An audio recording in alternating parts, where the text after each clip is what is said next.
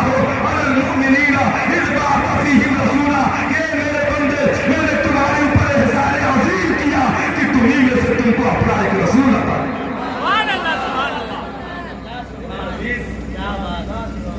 پتہ کیا چلا؟ اللہ تبارک و تعالیٰ نے بارش کے قطرات سے بھی زیادہ انسانوں کے اوپر نعمتوں کی بارش کی، لیکن کسی نعمت پر احسان نہ جتلایا، بلکہ اللہ تبارک و تعالیٰ نے اپنے محبوب کے تشریف آوری پر احسان جتا دیا۔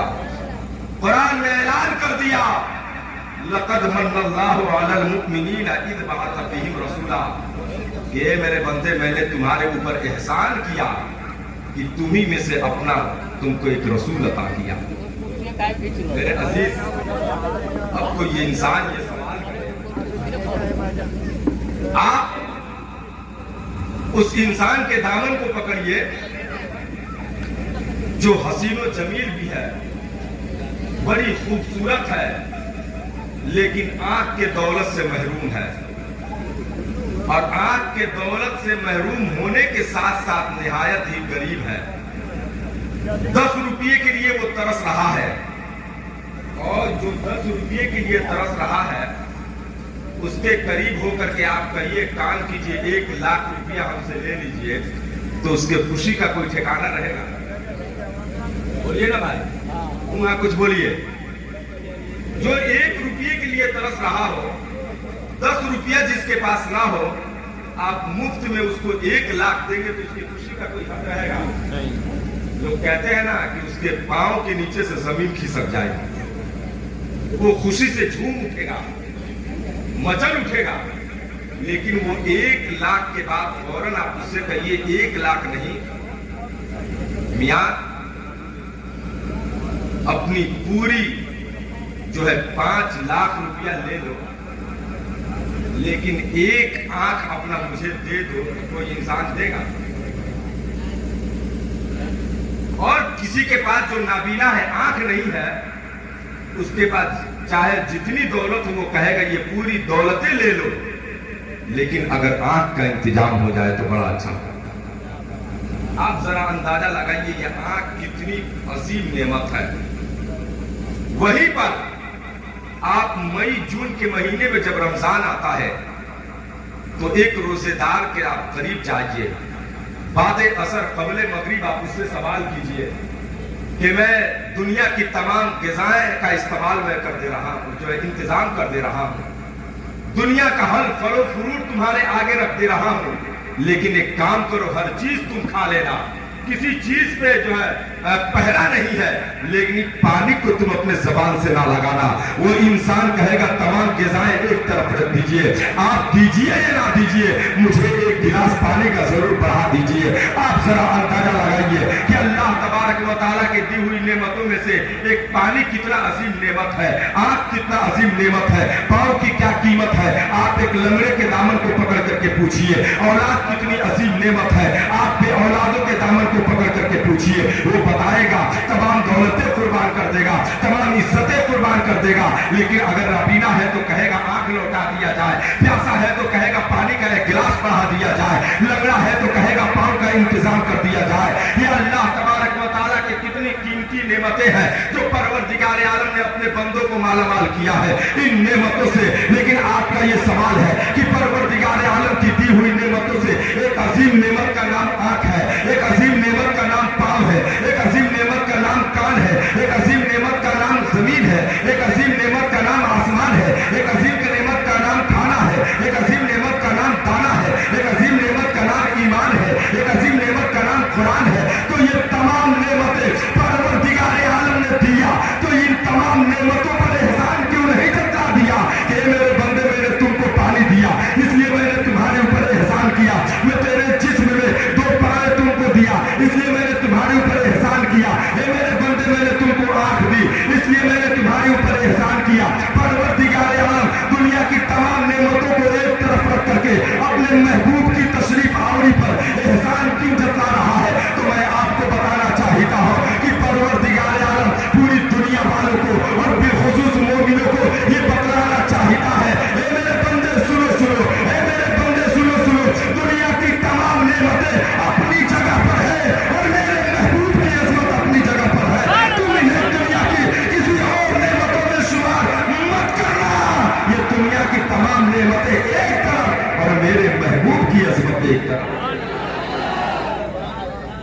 میرے عزیز پروردگار عالم پوری دنیا والوں کو یہ بتانا چاہتا ہے، اے دنیا والوں سنو سنو، یہ دنیا کی تمام نعمتوں پر احسان نہ جتلا کر رب کائنات اپنے محبوب کے تشریف آوری پر اس لیے احسان جتلا رہا ہے کہ میرے بندے سنو سنو، یہ دنیا کی تمام نعمتیں ایک طرف رکھ دینا اور میرے محبوب کی عظمت ایک طرف رکھ دینا۔ یہ بچہ بھی وہاں سے قبلہ بڑی ہوشیار ہے، نہیں تو کچھ جگہ کے بچے ایسے ہوتے ہیں، میں اس وقت سے دیکھ رہا ہوں کہ بچے پیسہ لینے کے لیے دوڑتے ہیں اور یہ بچہ اس وقت سے دینے کے لیے دوڑ رہا ہے۔ اے ہے یہ میرے محبوب کی محفل کا صدقہ ہے۔ ایک جگہ ایسے ہی تقریر میں کر رہا تھا، ایک بچہ کو پیسہ دیا، وہ اپنی طرف کھینچ رہا ہے، ہم تقریر کے جو دھن میں اپنی طرف کھینچ رہے ہیں، اسی کھینچا کھینچی میں 2 نوٹ دوغ ہو گیا۔ تو یہ بچوں کی عادت ہوتی ہے، لیکن بچے کو میں دیکھ رہا ہوں اس وقت سے ماشاءاللہ آ رہا ہے اور اطمینان سے رکھ کر کے چلا جا رہا ہے۔ اللہ تبارک و تعالیٰ اس بچے کی عمر میں بھی پناہ برکت عطا فرمائے۔ تو میں آپ کو بتانا چاہتا ہوں جی، شعر کی جو ہے درخواست کر رہے ہیں مولانا فیاض صاحب، ایک شعر اور پڑھ دیں، شعر کی درخواست کر رہے ہیں۔ شاعر کہتے ہیں کہ ابو جہل تیری افسوس گرک ہوئی کیسی، نبی سے مہنگی پڑی تجھ کو دشمنی کیسی، دی پتھروں نے گواہی مگر نہ مانا تو، الٹ گئی ابو جہل تیری کھوپڑی کیسی، اور میں پاسپورٹ جلا دوں گا جا کے طیبہ میں، دیارے شاہ امم سے دوستو یہ واپسی کیسی، میں پاسپورٹ جلا دوں گا جا کے طیبہ میں، دیارے شاہ امم سے دوستو یہ واپسی کیسی۔ میرے عزیز اور میرے محبوب کی محفل تو وہ محفل ہے۔